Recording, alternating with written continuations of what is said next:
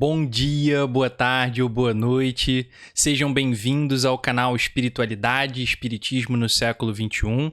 Me chamo Bruno Quintanilha e meu objetivo aqui será sempre compartilhar, refletir e estudar sobre espiritualidade e espiritismo, privilegiando o livre pensar, o diálogo, uma perspectiva humanista, leve e acolhedora.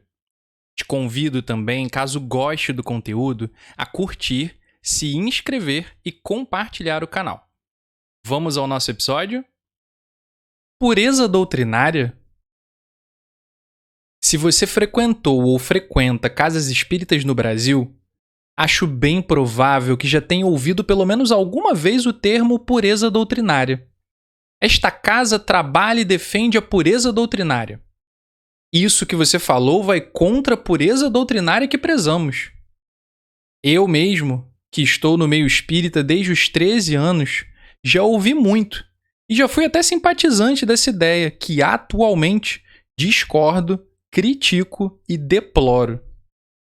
Acredito, inclusive, que existem muitas pessoas que, de boa fé, defendem esse princípio da pureza doutrinária na intenção de manter a coerência em relação a Kardec e ao espiritismo por ele construído.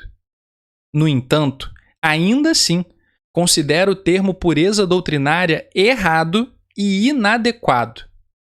Errado, pois não representa, de fato, a proposta original de Kardec, que era de abertura, de não engessamento e de progressividade. Inadequado, pois opera numa lógica hierárquica, onde para haver pureza de um lado, precisa haver impureza do outro. E a vida é muito mais complexa e diversa do que o binômio pureza e impureza. Do ponto de vista do nosso idioma, pureza significa aquilo que não se mistura, que não apresenta maldade, que é íntegro. Do ponto de vista da química, significa a ausência de componentes estranhos ou contaminantes dentro de uma substância. Por exemplo, um determinado remédio não pode ter outras substâncias que não sejam aquelas fundamentais para cumprir seu efeito de maneira segura. A água potável não pode conter substâncias tóxicas ou determinados fungos e bactérias, sob risco de fazer muito mal à saúde. O ar que respiramos precisa estar livre de poluição e contaminantes, sob pena de nos causar males ao corpo. A questão é que, se na química o conceito de pureza é algo muito importante e preciso, o mesmo já não pode ser dito nas ciências humanas, na sociedade e nas pessoas. Quando o conceito de pureza é aplicado aqui, ele geralmente tende ao preconceito, ao fundamentalismo e à violência. A história do cristianismo está repleta de opressões causadas devido à busca pela pureza. O historiador Marcelo Cândido da Silva, no livro História Medieval, diz que, abre aspas, desde os primórdios da história da Igreja, a heresia foi uma categoria utilizada pelos grupos hegemônicos em matéria doutrinal para definir o sentido da ortodoxia e excluir os grupos minoritários, fecha aspas. Na Idade Média Europeia, a Inquisição perseguia os heréticos, ou seja, aqueles que a cúpula da Igreja Católica julgava impuros doutrinariamente. Aqueles que iam contra a pureza doutrinária determinada pela Igreja. E esses heréticos ou impuros eram perseguidos, presos, torturados, mortos. Isso tudo por simplesmente discordar, pensar diferente e, em vários casos, apresentar mais coerência com o evangelho e a mensagem cristã do que seus perseguidores. A questão é, na química, conseguimos determinar por meio de instrumentos e técnicas a pureza de uma substância. Mas na sociedade e nos indivíduos isso não existe. A lógica é completamente outra. Quem disse que a Igreja, o Papa ou qualquer liderança religiosa tem legitimidade e autoridade para definir o que é doutrina correta? Quem deu esse poder a eles? Com certeza não foi Deus. Aliás, Ditaduras e governos autoritários seguem o mesmo princípio da pureza doutrinária. No golpe civil-militar empresarial de 1964 no Brasil, instituiu-se um governo que censurava quem pensava diferente do seu ideal de pureza. Livros, programas de rádio, peças de teatro, matérias de jornal, professores que questionassem a ditadura eram perseguidos e violentados de inúmeras formas, pois eram, entre aspas, impuros, contaminantes do regime. Por isso, quando hoje ouço alguém defendendo a pureza doutrinária, sinto arrepios e cheiro de autoritarismo, de dogmatismo. A pureza doutrinária tem mais afinidade com a Inquisição e ditaduras do que com a mensagem de Jesus ou a doutrina de Kardec dos Espíritos. No livro sobre a fé e a ciência, Frei Beto diz o seguinte, abre aspas, Deus está presente em todas as pessoas e se manifesta na experiência amorosa. Interessante observar que em nenhum momento Jesus exige que creiam no que ele prega. Propõe apenas que amem como ele aconselha. E dá uma resposta objetiva quando lhe perguntam quem haverá de se salvar, no capítulo 25 do Evangelho de Mateus. Não responde quem respeitar o Vaticano, quem for à missa aos domingos, quem obedecer aos 10 mandamentos. Diz simplesmente, eu tive fome e me destes de comer, tive sede e me destes de beber. Ou seja, todo aquele que pratica justiça, que busca o direito do pobre e do excluído, realiza a proposta de Deus. A proposta de Deus está no ato amoroso que produz vida, justiça e solidariedade. Fecha aspas. Ou seja, operar na lógica pureza e impureza é caminhar no sentido contrário à proposta de Jesus e também, diria eu, de Kardec. Estes operam muito mais na lógica do amor, da abertura, da justiça, da solidariedade. Assim como todo grande mestre e referência espiritual da história da humanidade. Ainda na obra sobre a fé e a ciência, Frei Beto continua, abre aspas. Numa palestra em Roma, ouvi o seguinte comentário. Não gosto muito do catolicismo na Bahia, porque é muito sincretista. Falei. Como sincretista? Tem sim elementos africanos, mas é sincretista como o catolicismo de vocês aqui em Roma. O sujeito levou o maior susto. Acrescentei. O senhor acha que a tiara do Papa, o palio, o título de pontífice, tudo isso vem da Bíblia? Não há nada disso na Bíblia. Vem do paganismo, do judaísmo, das tradições da nobreza europeia. Fecha aspas. Mais à frente ele completa, abre aspas. Toda religiosidade é sincrética, fecha aspas. E abre aspas novamente. Não há religião não sincrética, quimicamente pura, fecha aspas. Quando falamos de sociedade de indivíduos, falamos de mistura, de atravessamentos, de diversidade. Nos formamos enquanto indivíduos e construímos nossas identidades por meio do convívio, da relação e da experiência social.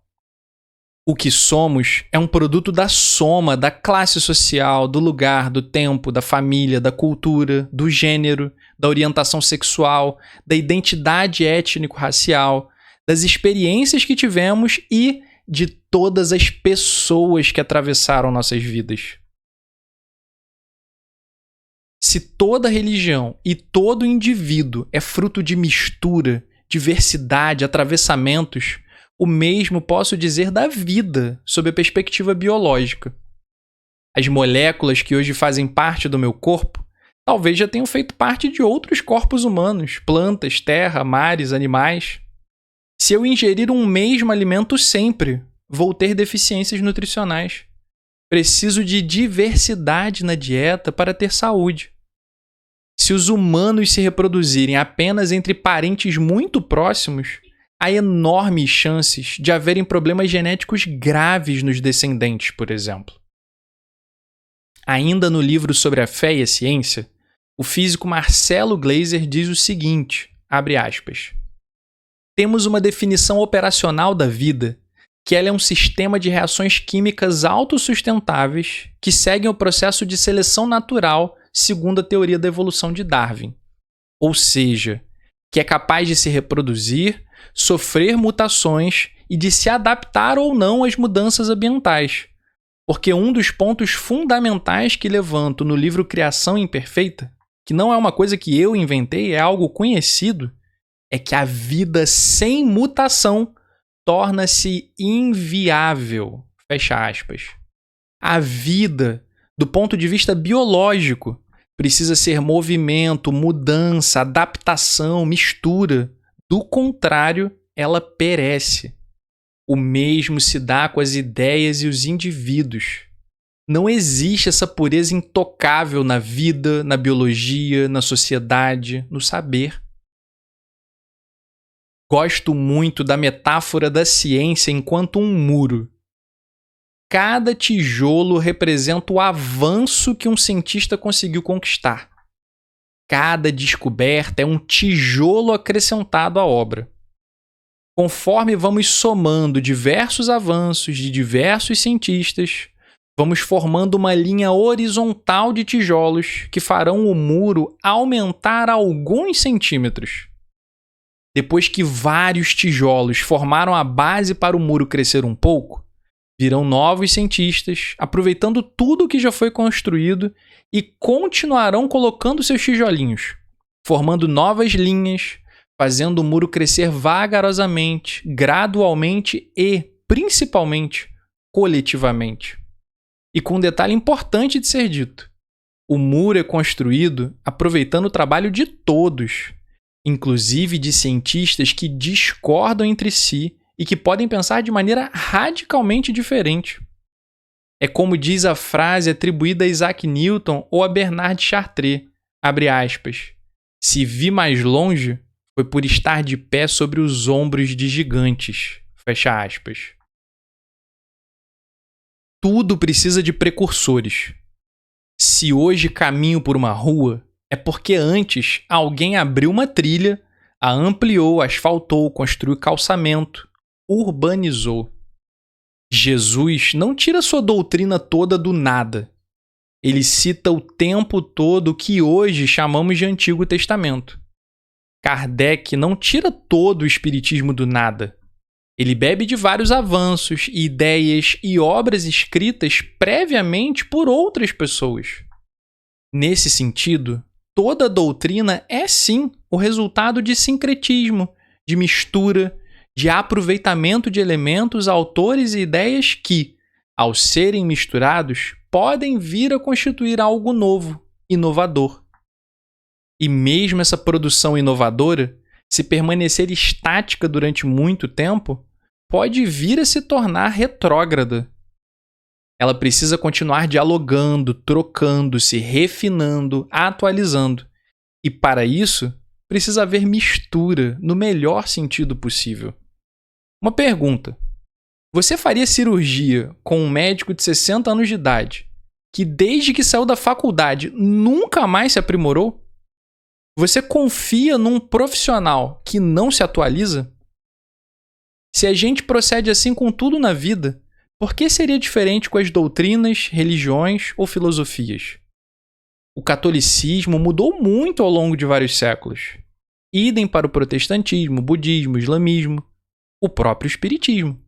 As reuniões espíritas no Brasil do século XXI são muito diferentes das reuniões espíritas do tempo de Kardec. E tudo bem. E atentem, mudar, atualizar, não significa demolir tudo, abrir mão de tudo, deixar de ser coerente, lógico, rigoroso intelectualmente. Mas sim de estar aberto e atento sempre, de ouvir, de estar disponível a identificar lacunas, equívocos, possibilidades de aperfeiçoamento. A ideia de pureza é prima do engessamento e irmã do fundamentalismo. E sobre esse tema, recorro ao pastor Henrique Vieira no livro O Amor como Revolução. Abre aspas. A mente fundamentalista não se permite duvidar do que crê e não aceita dialogar com as diferenças. Fecha aspas. Abre aspas. Para um fundamentalista não há diálogo. Se um fala em nome de Deus e o outro não, que conversa é possível? Fecha aspas. Abre aspas. Mas o grande ponto do fundamentalismo é que ele produz uma visão que se percebe como verdade absoluta. A mente fundamentalista tende a entrar em pânico diante de dúvidas e questionamentos. Fecha aspas. Abre aspas. O fundamentalista não dialoga, porque não se propõe a ouvir, não aprende, porque parte do pressuposto de que só pode ensinar. O mundo fica dividido entre salvos e perdidos, entre bem e mal, e a fronteira delimitada pelo conjunto de crenças da instituição religiosa. Fecha aspas. Abre aspas. O mais relevante é submeter nossa doutrina à reflexão, à comunhão, ao exercício permanente da autocrítica à luz das demandas e necessidades do nosso tempo. Fecha aspas. Percebam, por fim, o seguinte. Citei aqui nesse episódio o Marcelo Cândido, um historiador, Frei Beto, um católico, Marcelo Gleiser, um físico agnóstico, e Henrique Vieira, um pastor protestante. Não citei nenhum espírita. E tudo para falar sobre espiritismo. O espírito é esse.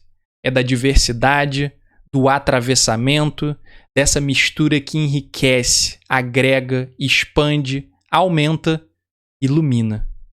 Um grande abraço e uma excelente semana.